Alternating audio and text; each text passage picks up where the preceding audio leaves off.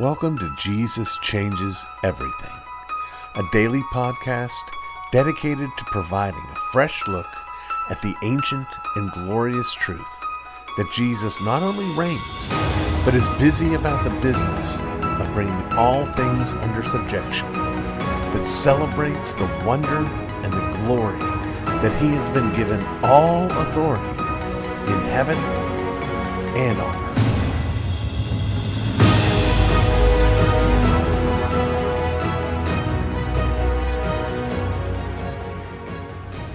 I want to remind us as we continue with our series, The Sin Stones, of the context in which the laws were given. To remind us that this was the law that God gave to his own people as he was about to lead them into a land flowing with milk and honey. That he'd set them apart, that he'd consecrated them, that he had, in a manner of speaking, wed them. And yet he felt it necessary, and rightly so, to warn them, when you come into the promised land, don't do this, don't do that. And among the things that he warned them against was, don't steal. Thou shalt not steal. Now, friends, stealing is, how shall we say this? Stealing is there for a reason. And one of the reasons it's there, one of the reasons that the command not to do it is there, is because we are tempted to do it. But there's something else underlying the command not to steal, and that is this. The Bible here, it has elsewhere, but the Bible here clearly and unambiguously affirms what we might rightly call property rights. There are those who take the position that the Bible says nothing about economics. When I first published my first book on biblical economics, which is called Biblical Economics, at this point, that's what it's called, I had to answer that objection. Hey, the Bible's not an economics textbook. And I would say absolutely correct. The Bible's not an economics textbook. However, if we understood thou shalt not steal, we would have all the answers we need to all of our economic issues. That the root of our economic problems are grounded in our failure to honor property rights. Oh, but we're told, it's people who care about property rights who create the poverty of others. No, it's not. Because, friends, at the end of the day, theft is an assault on God. There's a great scene in the book of Malachi where the children of Israel are frustrated and wondering why all the promises of the glory of the return from exile aren't coming to pass, and God lays out his answer through his prophet. Well, you're divorcing your wives and getting new models. You're bringing me lame and mangy animals for sacrifices. Oh, and by the way, you're robbing me. God says, would a man rob God? And you say, well, how am I robbing you? By not bringing your tithes and your offerings to the storehouse. That's one way to rob God. But you know another way to rob God? You also rob God when you go into your neighbor's house and you take something that's not yours. You rob God when you shoplift a candy bar. Well, how so? Well, simple. Everything that I own, everything that you own, everything that your neighbor owns, everything that the 7-Eleven Corporation owns, it owns in stewardship under God. None of us are the ultimate owners of anything, which doesn't mean at all that I have the right to decide what happens with what's yours. What it means instead is that when I try to decide what happens with what's yours, that I'm really taking from God because it's His. God has determined to give you what you have earned. He's determined to give the people who earn less than you do what they've earned. He's determined to give people who earn more than you do what they've earned. And He's called them to be good stewards of it. And He calls us to encourage one another in that direction. But what He doesn't do is call you to be steward of your neighbor's wealth. He doesn't call me to be steward of my neighbor's wealth. Have you ever been in that situation? Short of theft, but have you ever just been baffled by the choices that your neighbors have made? You know, people whose souped up, hopped up pickup truck is worth 5 times as much as the rundown old trailer they live in, and you think, what in the world? Or someone lives in a teeny tiny house, but they travel all the time. People make different choices, and that's okay.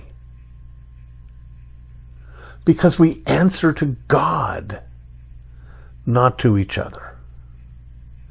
Thou shalt not steal includes in it the idea that says, you know, you might not like the way your neighbor stewards what I've given to him, but that doesn't give you the right to take it from him and then have you steward what I gave to him. One way to be sure you can know you're not a better steward than your neighbor is when you start thinking about taking from your neighbor what's his.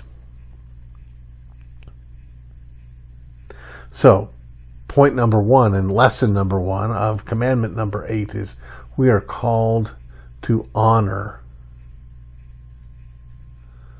property rights, because that is honoring what God has done in creating and distributing His wealth.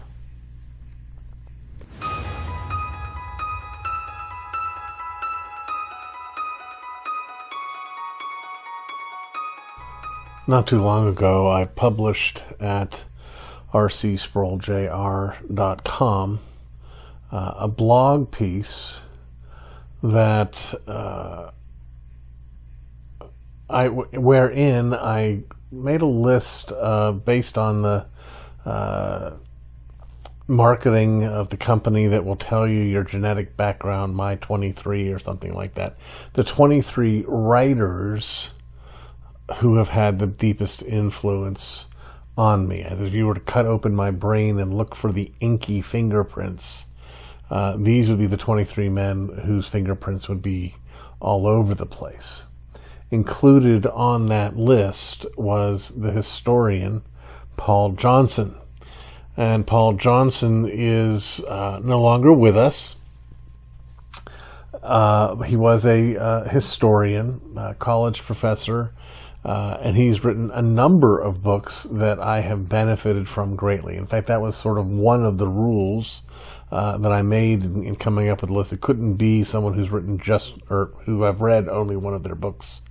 And so Johnson was on the list. But today, for this segment of curating your book library, I'd like to commend to you one of the most accessible of Paul Johnson's books. Now, please understand this about Paul Johnson. If your reading rarely gets beyond the level of People magazine, then yes, you will find him difficult.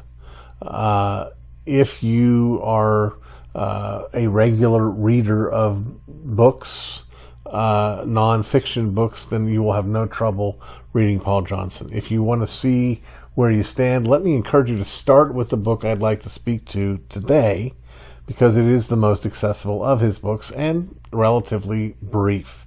That book is called Intellectuals, and it is published by Harper Perennial. It is under the subheading of Intellectual History, and it is just absolutely outstanding. In fact, it was a New York Times bestseller. And each chapter in this book, this is what's so great about it. Each chapter looks at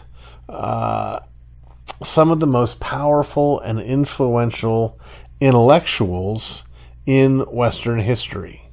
It considers Jean-Jacques Rousseau. It considers Marx. It considers Jean-Paul Sartre, Noam Chomsky. All sorts of different folks are covered in this book. And what we find is a brief picture of each of these men and women that quickly but effectively ties together just a bit of biography with the exposition of the ideology. You get to see, hey, this is what was going on in their lives, and this is how that showed. And I think I've mentioned before as well. In fact, this fellow also made my 23 list. E. Michael Jones is very, very good at doing this, and he has his own version of this book called Degenerate Moderns, and it's even more polemical, more direct. You get a little bit more, what's the word for it? A little more distance from Johnson than you get from E. Michael Jones. But the same basic ideas, and of course I think I've already commended Degenerate Moderns to you. But, this is, I don't know if I can put it this way. I would say that Degenerate Moderns was probably self-consciously modeled on Intellectuals. That said, I wouldn't be surprised if Intellectuals is consciously modeled after the broader work of E. Michael Jones, who's just got a really great gift of zeroing in on the life issues and the ideology and how they come together. Well, start, though, with this wonderful book by Paul Johnson, Intellectuals. It'll give you an awakening to... that's a good way to put it. If contemporary Western culture is a stew, then you will be able to pick out and recognize the different flavors and ingredients in that stew more effectively by having read this book. You will read ideas and say, oh, that's where that came from. You'll be able to connect the dots between the kind of nonsense you hear on the news and what's being said by these intellectuals.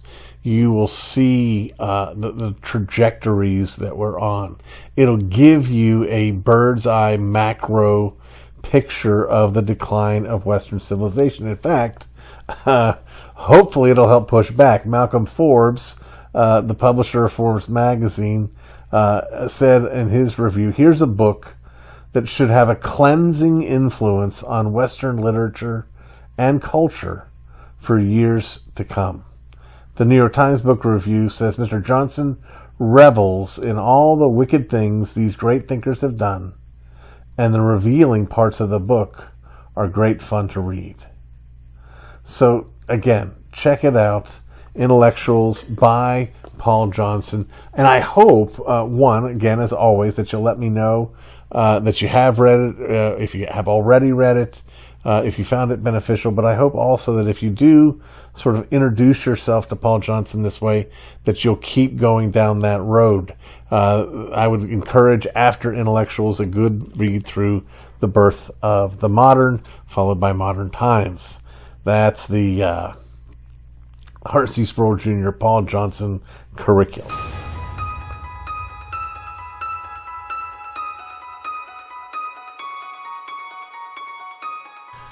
My father was better than me at just about everything. He was better than me especially as a handyman. But that really isn't saying much. My father actually, while he was in high school, spent some time working at a small appliance repair shop. He had tools. He had hobbies that sometimes involved woodworking tools. But once he didn't have to do stuff, he stopped doing stuff. He wasn't that comfortable. In the same way, he wasn't much of an outdoorsman. He loved playing golf, and he loved hunting, and we're going to have a hunting story coming up here sometime during hunting season. But he wasn't, he just wasn't, he didn't feel confident in himself when dealing with typical man problems that can arise in the house. And these issues come together, the hunting, the lack of self-confidence, and man issues in the account of this story. It was in the early 1970s, and the Sproul family was residing in what later became known as Lecture House. It was one of the first two buildings that were a part of the Ligonier Valley Study Center. The other was Stone House, which is where the Thompson family lived, and the Sproul family lived in Lecture House, and that's where the lectures took place. What a surprise, huh? You wouldn't guess what Stonehouse is made out of. Well, one day in Lecture House, it should happen that an outdoor creature made it indoors into our house. Now, this was not the first time that happened. We had a dog door for our German Shepherds, and they weren't the only ones who learned how to use it. The cat learned how to use it, so that the great outdoors became the cat's litter box. We also had other dogs in the area that would come in and out from time to time. But it wasn't the dog door. I think it was just a sliding glass door that allowed this particular day for a chipmunk to break into the house. Now, chipmunks are not especially dangerous. They are, in many ways, kind of cute. They're not as unpleasant as mice, not even as unpleasant as moles. There's something charming about them. However, when they're inside your house, they can be very startling because of the swiftness with which they move. I've been in this situation too. I wasn't around this time. I was born, but I wasn't in the house when this happened. But there was a chipmunk in the house, and my dad came to the rescue. He may not have been comfortable doing this kind of thing, but he knew it was his job. He wasn't going to leave this in the lap of my mom. And of course, I was too little to take care of it. So he came into the great open room, our living room, which is where the lectures took place, and seeing that squirrel running around in that room, he started to set about to get rid of it. And one of the things that he did, which makes perfect sense, is he opened up this sliding glass door, which is going to show up, by the way, in that hunting story. But no matter what he did, no matter which direction he went, he could not get that squirrel to run towards that door. In the meantime, the dogs are chasing after this squirrel and not paying any attention to any human instructions. And so there's noise, there's running around, there's jumping up on chairs, there's frightening, no one knows what to do. So my dad had an idea. He decided that he was going to get rid of this squirrel expeditiously. He raced to his gun cabinet, where he pulled out his .22 caliber long rifle, and then went into the drawer at the bottom of the gun cabinet and pulled out, I don't even know if they still make this stuff, but it was a long rifle, .22 caliber bullet that had inside of it little bitty bits of buckshot. So it was like a shotgun shrunk down to the size of a .22, which is really a good choice when you think about it if you're trying to get rid of a squirrel, right? You get a little bit of a spread so that if you miss it, that's great. You're not going to be sending a bullet through multiple walls. And so he took aim at that squirrel. The squirrel was fool enough to stop suddenly. Its back is against the trim on the floor, or on the bottom of the wall, and my father let go. Fired that .22. And when he looked, when the smoke cleared, there on the wall was a great hole. right through